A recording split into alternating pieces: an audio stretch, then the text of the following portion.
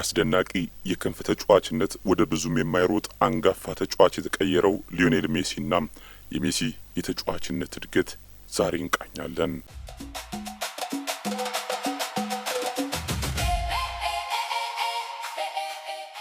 ከሰሞኑ የቢቢሲ ጸሐፊ ጊሌም ባሌጌ አንድ ጽሑፍ አስነብቧል።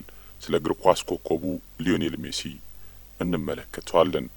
አርጀንቲና ለአውሮፓውያን አቆጣጠር በ1962 ከተመዘገበው ታሪክ በኋላ ለመጀመሪያ ጊዜ የዓለም ዋንጫ ክብሯን በተሳካ ሁኔታ ለማስጠበቅ የምትችል ከሆነ ሊዮኔል ሜሲ የዚህ ሁሉ ማዕከል እንደሚሆን በእርግጠኝነት መናገር ይቻላል።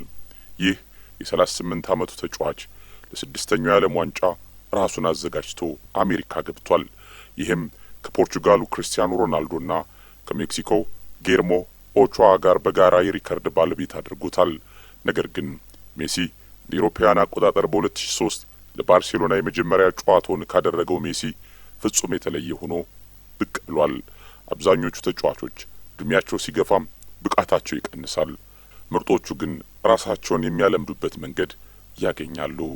ሮናልዶ ፍጥነቱ ሲቀንስ ራሱን የፍጹም ቅጣት ምት ክልል ውስጥ ወደሚገኝ አዳኝነት ቀይሯል። ሜሲም ብቃቱ ሲቀንስ ዝም ብሎ እጅ አልሰጠም። ይልቁንም ሁልጊዜም የእግር ኳስ ጨዋታ ላይ የበላይነቱን ይዞ ለመቀጠልና ቀድሞ ለመገኘት ራሱን ከአዳዲስ ሁኔታዎች ጋር አስማምቷል። ያ የ16 ዓመት ታዳጊ በጆዜ ሞሪኒዮ ፖርቶ ላይ በወዳጅነት ጨዋታም ለባርሳ የመጀመሪያ ጨዋታውን ካደረገበት በስተቀኝ ክንፍ ላይ የተጫወተም ተከላካዮችን እያታለለና ወደ መሃል እየሰበረ ይገባ ከነበረበት ጊዜ ጀምሮ ሊዮኔል ሜሲ አሁን ለአርጀንቲናና ለኢንተር ሚያሚ ወደሚጫወትበት ተጫዋችነት ለመለወጥ ራሱን ቢያንስ 5 ጊዜ በአዲስ መልክ ቀርጿል።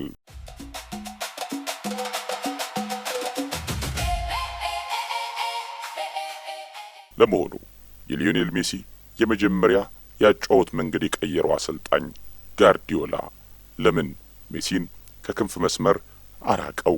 በወቅቱ የዓለማችን ምርጥና በጣም ታዋቂ ተጫዋች የነበረው ሮናልዲኒሆ ሜሲ ጋር ለመጀመሪያ ጊዜ ሲገናኝ ሲያየው እሱ ምርጡ ይሆናል ብሎ ነበር። ከሁለት ዓመት በኋላ በነሐሴ 2005 ሊዮኔል ሜሲ በጃን ጋምፐር ትሮፊ ከዩቬንቱስ ጋር በተደረገው ጨዋታ ራሱን ላለማስተዋወቅም የጁቬንቱስ አሰልጣኝ ፋቢዮ ካፔሎም በ18 ዓመቱ ወጣት ብቃት በጣም ከመገረማቸው የተነሳ እሱን ለማስፈረም እንደሞከሩ ተነግሯል።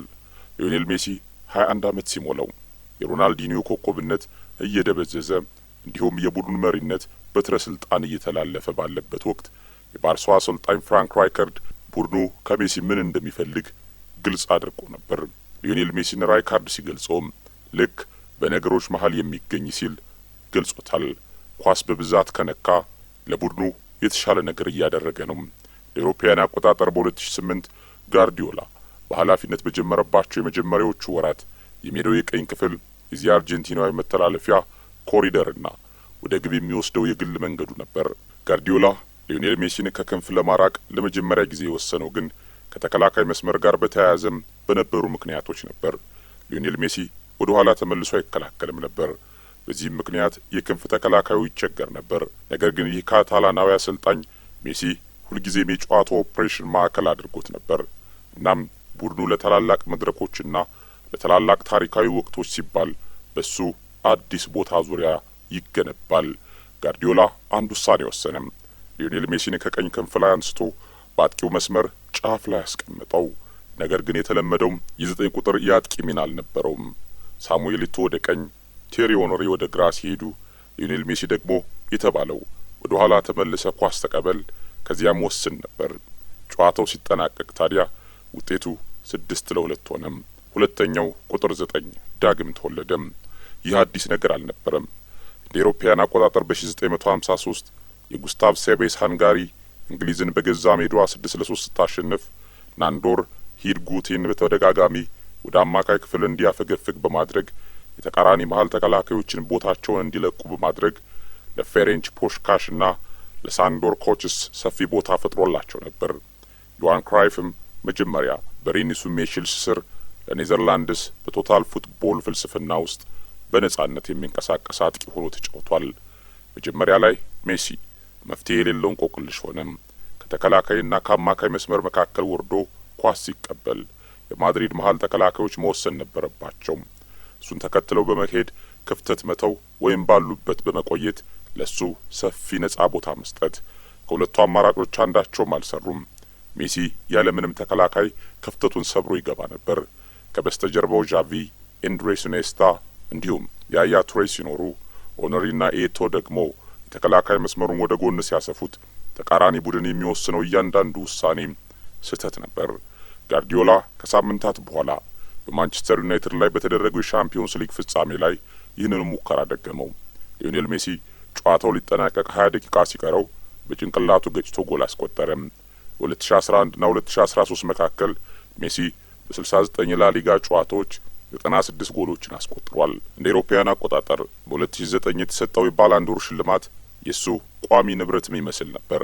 በ2010፣ በ2011፣ በ2012፣ በ2015 እና 2019 ያሸነፈ ሲሆን በመጨረሻም በአጠቃላይ 8 ባላንዶር ባለቤት ለመሆን በቅቷል።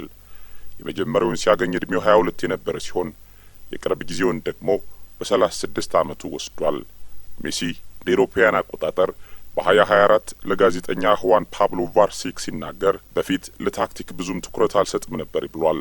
ነገር ግን በጋርዲዮላ ስር እጅግ በጣም ብዙ ነገር ተምሬያለሁ። የሜዳ ክፍተቶችን፣ ኳስ ይዞ መቆየትንና ጨዋታው በትክክል እንዴት እንደሚሰራ መረዳት ጀምሬያለሁ ይላል ሊዮኔል ሜሲ።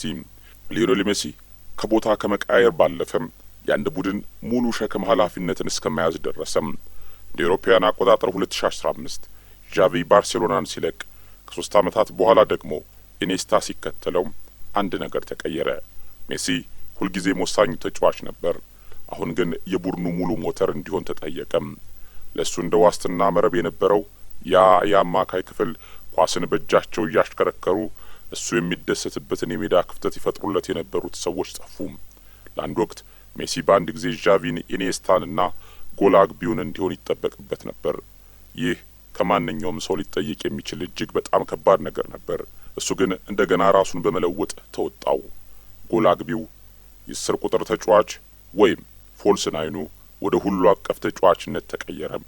ይበልጥ ወደ ኋላ በማፈግፈግ አሁን እርሱ ጨዋታውን የሚያደራጅ፣ ጥቃቱን የሚጀምርና ብዙ ጊዜ ደግሞ ራሱ የሚያጠናቀቅ ሰው ሆነም።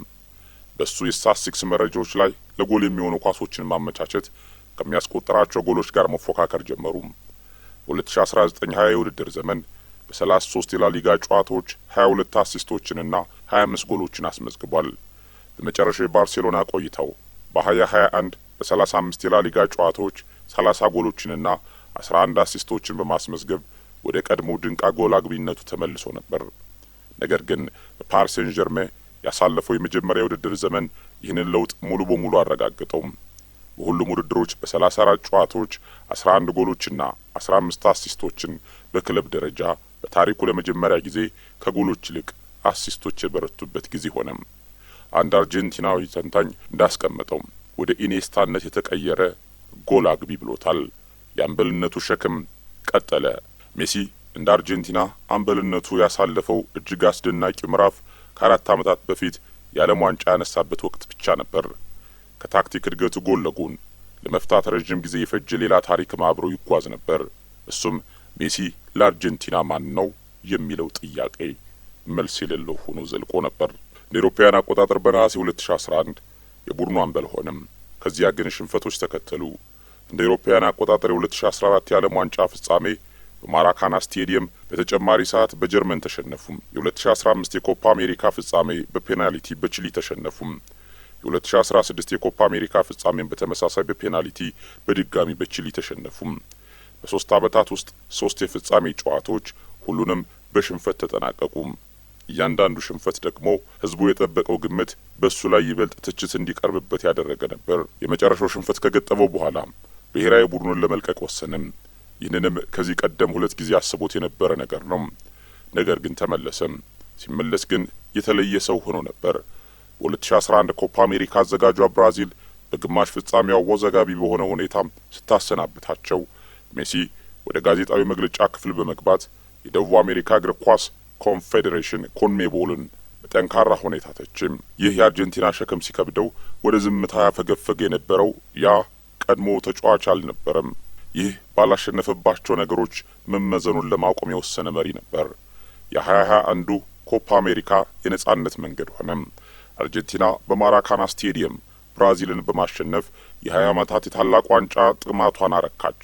ከጨዋታው በፊት ሜሲ ለአጠቃላይ ቡድኑ ያደረገው ንግግር የመልበሻ ክፍሉን በእንባ ያራሰ ነበር። በ22 ዓለም ዋንጫ ላይ የታየው ሜሲ ግን ሌላ ደረጃ ነበር። ከዚህ ቀደም የነበሩት ብቃቶቹ በሙሉ በአንድ ላይ የተዋሃዱበት ሜሲ ሆኖ ብቅ አለም። በግማሽ ፍጻሜው ከክሮኤሺያ ጋር በነበረው ጨዋታ ግቫርዲዮልን ጥሎት የፈረጠጠበት ፍጥነት፣ ያ የ2009 የክንፍ ተጫዋች ለአንድ አስደናቂ ቅጽበት ዳግም ብቅ ያለበት ነበር። ከፈረንሳይ ጋር በነበረው የፍጻሜ ጨዋታ ላይ ደግሞ እንደ አሜሪካ እግር ኳስ ኳርተርባክ ወይም መሪ የነበረው ጥንቃቄ የተሞላበት ቅብብል ታይቷል። ናሆል ሞሊናንም አንድ ለአንድ ያገናኘው ኳስ ለአርጀንቲና ሶስተኛ ጎል መገኘት ምክንያት የሆነው ያላሰቡት ሩጫው እንዲሁም ሁሉም ነገር አደጋ ላይ በነበረበት ወቅት ፍጹም ቅጣት ምቶች ወደ ጎልነት የቀየረበት ብቃቱም ይጠቀሳሉ። እንደ አውሮፓውያን አቆጣጠር በ2023 ከዚነዲን ዚዳን ጋር ባደረገው ቃለ ምልልስ እግር ኳስ በጣም ተቀይሯል ብሎ ነበር ሊዮኔል ሜሲ። የአጨዋችነት ዘይቤው፣ ታክቲኮች፣ የዛሬው ጨዋታ ከበፊቱ ይበልጥ በታክቲክና በአካል ብቃት ላይ የተመሰረተ ነው። በፊት ብዙ ክፍት ቦታዎችን ታገኝ ነበር።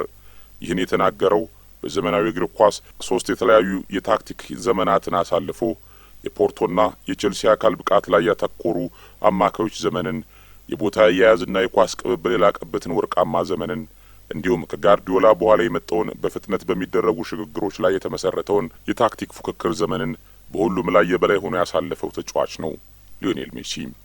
የመጨረሻው ሜሲ ሁልጊዜም ምርጡ ሜሲ ነው። በኢንተር ሚያሚ እንዲሁም በ2024 ኮፓ አሜሪካ ላይ ሜሲ ከመሮጥ ይልቅ መራመድን ያበዛል። ቀደም ሲል ተቾች ይህንን ነገር በእሱ ላይ እንደ ድክመት ይጠቀሙበት ነበር። አሁን ግን ይህ እንደ ጥበብ የበላይነት ይታያል።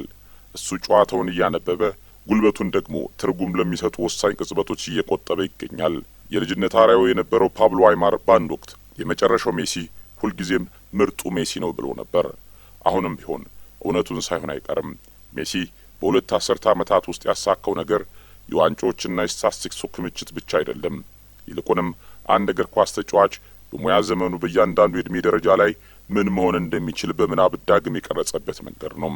ካፔሎን ያስደመመው ያ የታዳጊነት እድሜ የክንፍ ተጫዋች የአውሮፓ እግር ኳስን የታክቲክ ካርታ እንደገና የሳለው ፎልስናይም፣ ሌሎችን ታላቅ ነገሮችን ማድረግ የቻለው ሊዮኔል ሜሲ፣ በመጨረሻም ሀገሩ የምትፈልገውን አይነት ሰው መሆን የቻለው አምበል፣ የዓለም ዋንጫን ያሸነፈው ቡድን ኳርተርባክ ወይም መሪ ነው።